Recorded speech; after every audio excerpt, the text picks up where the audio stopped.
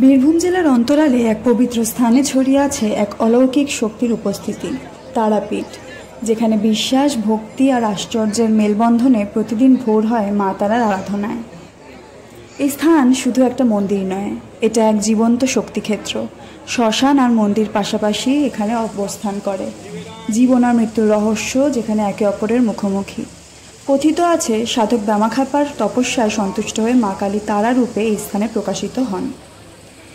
তার সেই নির্ভীক প্রেম, তার উন্মাদনা আর ভক্তির গভীরতা আজও মন্দিরের প্রতিটি কোণায় বয়ে চলেছে। মা তারার মূর্তিটি অনন্য। মা এখানে একটি মৃত শিশুকে স্তনে দুধ দিচ্ছেন।